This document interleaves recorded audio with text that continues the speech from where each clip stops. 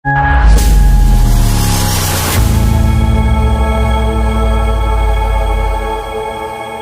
Rizal Fadila, silakan.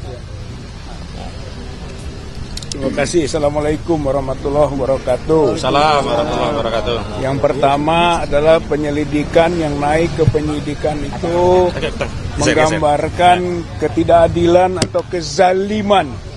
Ya. Jadi yang terjadi ini adalah proses kezaliman ya melalui hukum.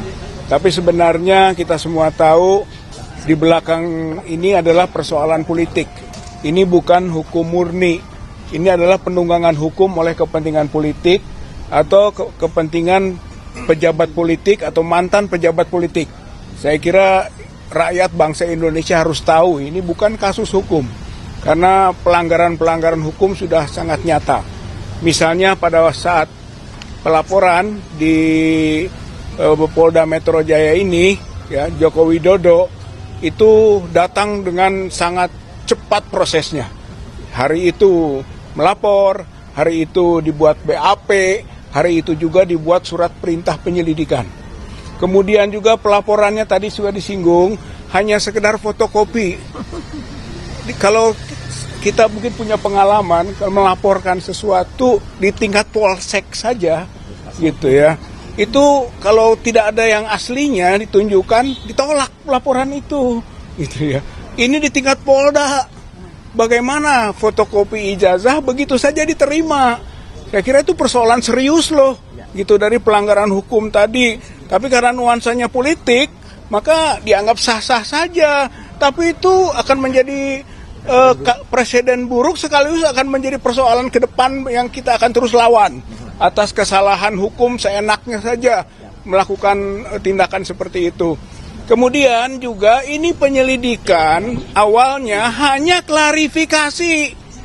Klarifikasi itu bukan pro justisia awalnya. Tapi tiba-tiba kok naik jadi penyidikan. Penyidikan itu pro justisia.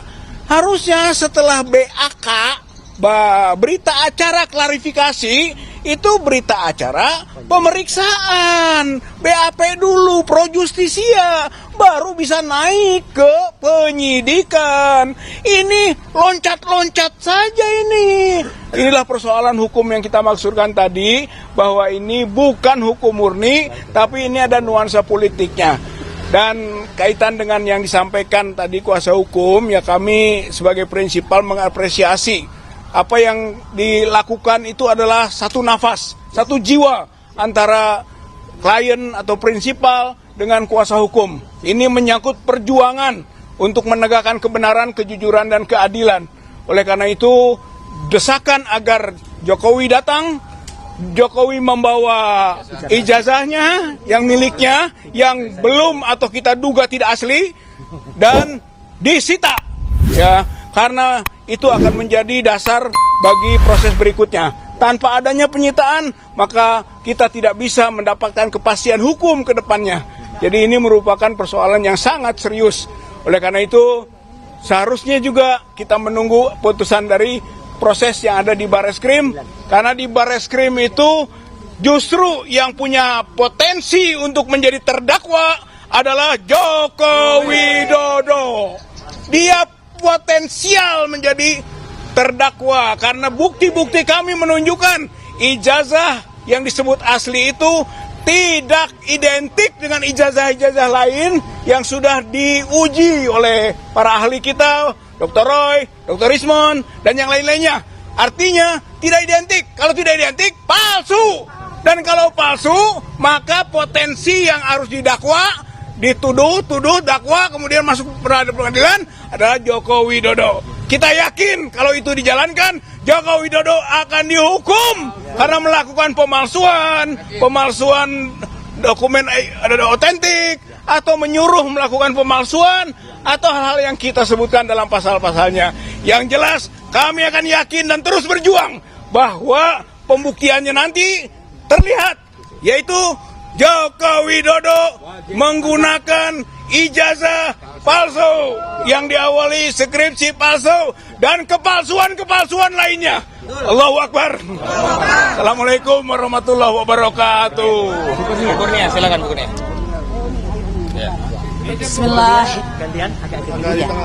Bismillahirrahmanirrahim. Assalamualaikum warahmatullahi wabarakatuh. Ini saya mulai dengan mengucap terima kasih ya kepada semua jurnalis. Ini sesuatu yang amazing menurut saya. Kami yang berjuang hampir 3,5 tahun ini, sebenarnya ini pemandangan yang luar biasa. Tidak pernah ada jurnalis dari media mainstream yang meliput kami. Ya, baru kali ini. Biasanya perjuangan kami hanya dibantu oleh YouTuber perjuangan. Ya, pada hari ini siapa sangka media mainstream ada di depan kami. Sekali lagi kami berterima kasih. Yang kedua, kami ingin mengatakan tidak ada satu pasal pun ya menyikapi penyelidikan yang naik menjadi penyidikan ini. Saya ingin mengatakan tidak ada satu pasal pun di Republik ini yang memperkenankan menghukum ya orang yang memegang perintah undang-undang terhadap penegakan hukum oleh bangsa Indonesia ya, yang diperbolehkan untuk menghukum rakyatnya sendiri. Tidak ada.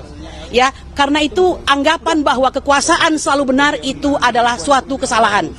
Saya ingin mengatakan bahwa sudah waktunya Polri berbenah diri ya. Mengapa rakyat menjadi apatis dengan hal tersebut? Karena mohon maaf, kami diperiksa ini dalam kerangka kondisi yang tidak bisa ditolak, bahwa polisi ini masih orangnya Pak Jokowi ya, bahwa sejarah membuktikan ada banyak rekayasa yang terjadi sayangnya oleh Polri yang kita cintai ini. Nah, kami berharap di ulang tahun yang ke-79 itu insya Allah pelan-pelan ya, di bawah kepemimpinan Bapak Prabowo Subianto, hal ini akan pelan-pelan tidak ada.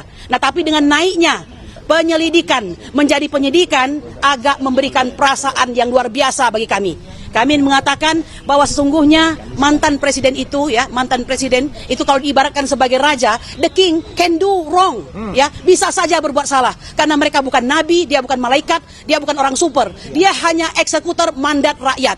Jadi mungkin saja salah. Nah, oleh karena dia salah, kita harus koreksi. Ya, apalagi ini dalam rangka mendapatkan kekuasaan itu, bagaimana alat-alat yang dia lakukan itu dahulu, apakah sudah benar atau ternyata melanggar aturan. Ini yang kami lakukan ya, TPUA bersama para saksi kami, Dr. Roy Suryo, Dr. Rizmon Hasiholan Sianipar, Dr. Tipazia Tiasuma, yang tiga-tiganya adalah saksi kami, dan kami adalah pelapor Dumas yang tidak pernah naik menjadi suatu laporan itu, telah berjuang untuk bangsa ini. Jika kami yang berjuang ini ya Anda anggap sebagai pelanggar hukum, lalu siapa Anda yang jelas-jelas melanggar hukum tersebut? Ya, saya ingin mengatakan ya, gin mah zonde frantur datlahib. Tidak ada satu orang pun yang lepas daripada tanggung jawab. Nah, oleh karena itu datanglah untuk memenuhi tanggung jawab ini ya, karena kami sudah melaksanakan. Anda yang melaporkan harus tahu apa yang Anda laporkan dan bertanggung jawablah terhadap laporan Anda ya. Kami tidak pernah takut karena kami berbasis kepada kecintaan kepada bangsa dan negara Indonesia. Saya kira demikian saja. Satu hal kepada aparat, kami berharap jangan Anda berdiri terdepan untuk menjadi martil memukul rakyat. Demikian, terima kasih. Kami tidak mau tahu, kami tuntut. Jangan ada main-main terhadap orang 12 ini. Ini mulutmu, harimaumu yang memakan dirimu sendiri. Undang-undang itu kau langgar, berarti kau harus siap menerima konsekuensinya. Ingat loh, ini mantan presiden. Apa urusan lo apa ya? Mau gua tunjukin lo kagak, kan gak ada hubungannya. Kamu koruptor sholat, dapat dipidana dia. Hanya harus dilakukan penahanan. Ingat baik-baik, itu sudah pro justisia.